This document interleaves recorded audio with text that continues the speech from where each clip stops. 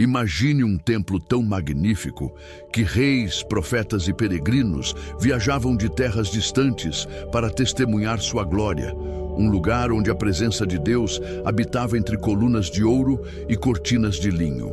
Esse é o Templo de Salomão, descrito em 1 Reis 6:8, a maior realização do rei mais sábio de Israel. Construído para abrigar a Arca da Aliança, era mais do que uma construção, era um símbolo de fé e poder. Mas como um reino antigo ergueu tal maravilha? Foi a mão de Deus guiando cada pedra ou o gênio humano de Salomão e seus aliados? Neste terceiro episódio da nossa série sobre construções bíblicas, exploramos o Templo de Salomão, a casa de Deus ou obra humana. Prepare-se para uma jornada de fé, história e mistério que vai te surpreender. Construir o Templo de Salomão, no coração de Jerusalém, foi uma façanha que uniu fé, riqueza e engenhosidade. Projetado para ser a morada de Deus, o templo, iniciado por volta de 960 a.C., exigia materiais raros, trabalhadores habilidosos e uma visão que transcendia o comum. Como Salomão, filho de Davi, transformou o Monte Moriá em um santuário que impressionava nações. Vamos mergulhar nos segredos da construção do Templo de Salomão, explorando os materiais luxuosos, as técnicas avançadas, o impacto cultural e os desafios que fizeram dessa obra um marco eterno na história bíblica. O templo, descrito em 1 Reis 6:1-38, era um retângulo de 30 metros de comprimento, 10 metros de largura e 15 metros de altura, com um pórtico ornamentado. Suas fundações usavam pedras calcárias de Jerusalém, cortadas com precisão em pedreiras locais. Imagine trabalhadores hebreus, sob o sol escaldante, transportando blocos de até 5 toneladas com rolos de madeira e cordas de cânhamo. As paredes internas eram revestidas de cedro do Líbano, importado pelo rei Irã de Tiro, esculpido com querubins, palmeiras e flores. Painéis de ouro puro cobriam o Santo dos Santos, onde a Arca da Aliança repousava. Cada detalhe, desde vigas até cortinas de linho púrpura, refletia a reverência pela presença divina. A logística era monumental. Salomão mobilizou 30.000 trabalhadores hebreus e 150.000 carregadores, supervisionados por 3.300 capatazes. 1 Reis 5:13-16. O cedro, flutuado pelo Mediterrâneo, chegava ao porto de Jope e era puxado por bois até Jerusalém, 60 quilômetros montanha acima. O ouro, vindo de Ofir, exigia rotas comerciais seguras, protegidas por guardas armados. Sem ferramentas de ferro no local sagrado, como ordenado, pedras eram cortadas à distância e encaixadas com precisão milimétrica. O silêncio no Monte Moriá, quebrado apenas por martelos de madeira, criava um ambiente solene. Como coordenar milhares de homens sem máquinas modernas? A resposta estava na organização rigorosa e na devoção ao propósito divino. O contexto cultural moldava a grandiosidade do templo. Inspirado por santuários fenícios e egípcios, Salomão contratou artesãos de Tiro, como Hiram, um mestre em bronze que fundiu colunas de 8 metros, Jaque e Boaz, adornadas com romãs e lírios. Sacerdotes levitas, em túnicas brancas, conduziam rituais para abençoar o trabalho, queimando incenso e entoando salmos. A construção, que durou 7 anos, era financiada por tributos e comércio, refletindo a prosperidade do reinado de Salomão. Para os israelitas, o templo era mais que pedra e ouro. Era a prova da aliança com Deus, um farol de unidade em um reino jovem. Os desafios eram constantes. O terreno montanhoso exigia nivelamento, com muros de contenção de pedra para estabilizar o Monte Moriá. Chuvas sazonais atrasavam o transporte de materiais, e o calor de Jerusalém desgastava os trabalhadores que descansavam em tendas improvisadas. Escavações sugerem que fundações profundas, com camadas de cascalho, protegiam contra tremores comuns na região. A importação de materiais, como cipreste e sândalo, dependia de negociações diplomáticas com reinos vizinhos. Como Salomão superava essas barreiras? Sua sabedoria, aliada à cooperação internacional, transformava obstáculos em vitórias. A influência fenícia era evidente nos detalhes arquitetônicos. Os capitéis das colunas com motivos florais ecoavam templos de Tiro, enquanto o layout, pórtico, nave, Santo dos Santos, lembrava santuários mesopotâmicos. Esculturas de querubins, com asas abertas, guardavam a arca, simbolizando proteção divina. Artesãos fenícios em mantos coloridos gravavam padrões intrincados no cedro, usando cinzéis de bronze. A troca cultural enriquecia o projeto, mas também gerava tensões, com alguns israelitas questionando influências estrangeiras. O templo, assim, era um equilíbrio entre identidade hebraica e colaboração global. O impacto humano da construção era profundo. Famílias hebreias, de pastores a artesãos, contribuíam com trabalho ou tributos, enquanto mulheres teciam linho para cortinas sagradas. Condições eram árduas, acidentes com pedras pesadas e longas jornadas sob o sol marcavam o cotidiano. Escavações revelam áreas de armazenamento com cacos de cerâmica, onde trabalhadores compartilhavam pão e vinho. Rituais de gratidão, com sacrifícios de ovelhas, uniam a comunidade, reforçando o senso de propósito. Como essa obra monumental moldava a vida em Jerusalém, o impacto econômico da construção era igualmente significativo. A importação de cedro, ouro e bronze exigia um comércio florescente com Tiro e outras nações, financiado por pesados tributos que sobrecarregavam as tribos israelitas. Mercados em Jerusalém cresciam, com comerciantes vendendo tecidos e ferramentas para o projeto. Escavações mostram selos comerciais fenícios, evidenciando trocas intensas. Como Salomão justificava esses custos? A promessa de um templo que uniria Israel e glorificaria Deus motivava o sacrifício coletivo, mas também plantava sementes de descontentamento que ecoariam no futuro. O simbolismo arquitetônico do templo era profundo. Cada elemento, ouro reluzente, querubins alados, cortinas púrpuras, apontava para a santidade de Deus. O Santo dos Santos, envolto em escuridão, representava o mistério divino, acessível apenas uma vez por ano. Esculturas de palmeiras evocavam fertilidade e eternidade, conectando o templo ao Éden. Para os israelitas, cada pedra era um ato de adoração, uma ponte entre o humano e o divino. Como essa obra moldava a fé de um povo. Vamos explorar o templo vivo, pulsando com orações e sacrifícios. O Templo de Salomão não era apenas uma construção, era o centro espiritual, político e cultural de Israel. Lar da Arca da Aliança, atraía peregrinos, sacerdotes e reis, pulsando com rituais, cânticos e sacrifícios. Como era viver na sombra desse santuário, onde o divino parecia tão próximo? Como o templo moldava a identidade de um povo em busca de unidade? Vamos caminhar pelo Monte Moriá, explorar seus corredores sagrados e entender o papel do templo antes de sua destruição, um lugar onde fé e poder se entrelaçavam. O templo, descrito em 1 Reis 8, era um espaço de reverência.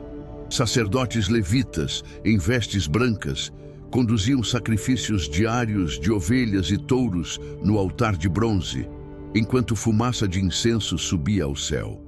A arca, no Santo dos Santos, era acessada apenas pelo sumo sacerdote no Yom Kippur, sob véus púrpura. Peregrinos em túnicas simples viajavam de Canaã, trazendo ofertas de grãos e vinho. Nas festas como Pesach, milhares lotavam os pátios, entoando salmos com harpas e tambores.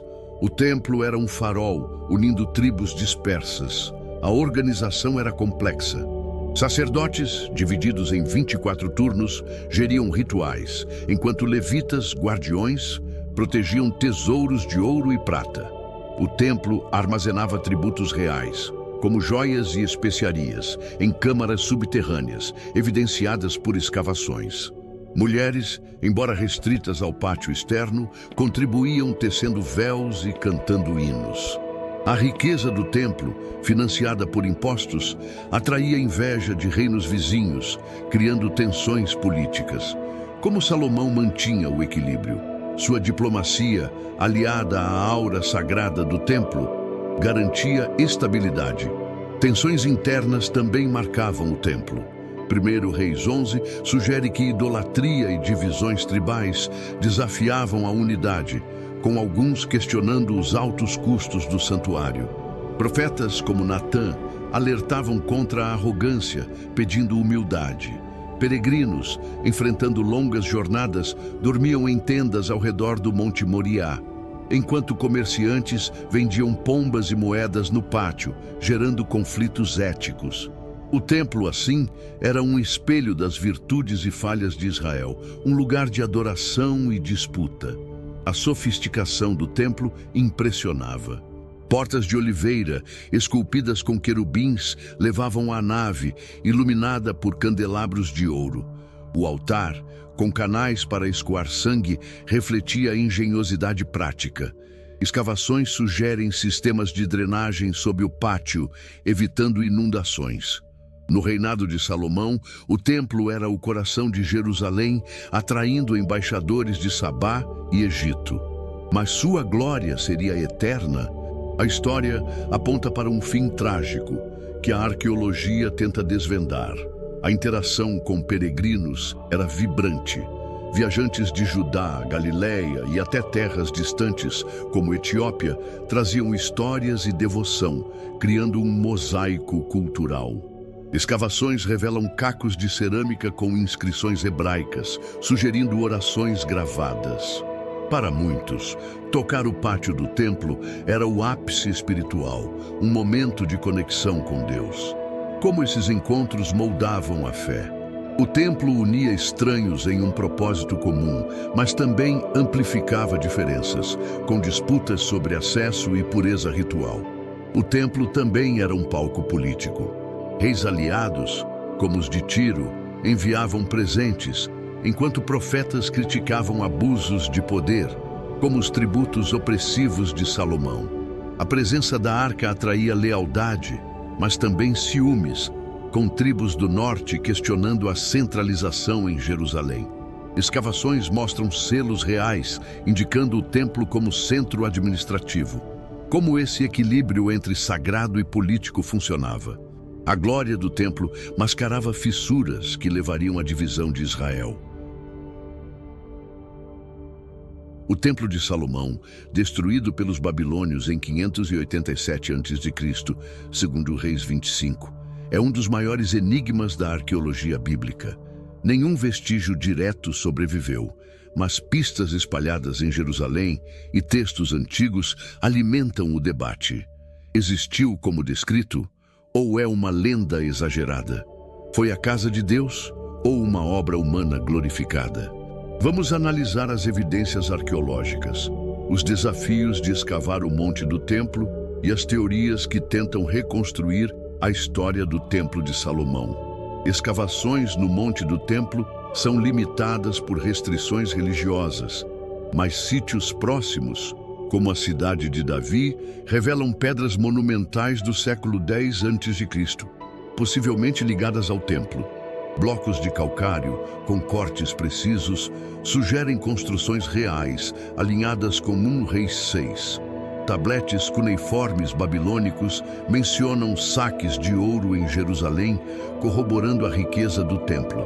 Cerâmicas e selos hebraicos, com nomes como Yehud, indicam um centro administrativo forte, consistente com o reinado de Salomão. A falta de restos diretos alimenta ceticismo. Alguns arqueólogos, como Israel Finkelstein, argumentam que o templo era menor, talvez um santuário local, devido à escassez de evidências monumentais. Outros, como Eilat Mazar, apontam para muros e portões do século X a.C., sugerindo uma Jerusalém próspera. A estela de Tel Dan, com a inscrição Casa de Davi, confirma a dinastia de Salomão, mas não o templo. A localização exata, Monte do Templo ou outro ponto, permanece debatida, complicada por construções posteriores, como o Domo da Rocha. Teorias alternativas intrigam. Alguns sugerem que o templo foi destruído tão completamente que vestígios foram reutilizados. Outros apontam textos fenícios, descrevendo templos similares como apoio indireto. Para crentes, a ausência de ruínas reforça a sacralidade. O templo era mais espiritual que material. Para a ciência, a busca continua, com tecnologias como radar de penetração, testando o subsolo de Jerusalém. Como reconciliar fé e arqueologia? Evidências textuais complementam o debate. A Bíblia hebraica, em 1 Reis e Crônicas, detalha dimensões e materiais, corroborada por textos fenícios que descrevem templos de cedro e ouro em Tiro. Inscrições como a Estela de Mesa mencionam Israel como potência regional, sugerindo recursos para um templo grandioso. Críticos argumentam que esses textos podem exagerar, refletindo propaganda real. Como separar fato de simbolismo? A riqueza descrita alinha-se com achados de selos e joias na cidade de Davi, mas o mistério persiste. Os desafios modernos complicam a busca. O Monte do Templo, sagrado para judeus, cristãos e muçulmanos, impede escavações diretas. Tecnologias como escaneamento 3D e análise de carbono 14 em sítios próximos oferecem pistas, mas resultados são inconclusivos. Conflitos políticos e religiosos limitam o acesso, enquanto arqueólogos debatem a datação do século X a.C. Para crentes, a falta de ruínas não diminui a fé. Para cientistas, é um quebra-cabeça. Foi uma obra divina ou humana? Com o templo perdido, que lições ele nos deixa? O Templo de Salomão é mais que uma história de pedras e ouro. É uma lição sobre onde Deus realmente habita. 1 Reis 8:27 diz: "Os céus, mesmo os mais altos, não podem conter-te, quanto menos este templo que construí." Salomão reconhecia que nenhum edifício, por mais glorioso, poderia limitar Deus. O templo era um símbolo de fé, mas também um convite à humildade. O que aprendemos com essa obra que uniu um povo e depois foi perdida? A construção do templo nos desafia a perguntar: onde buscamos a presença divina?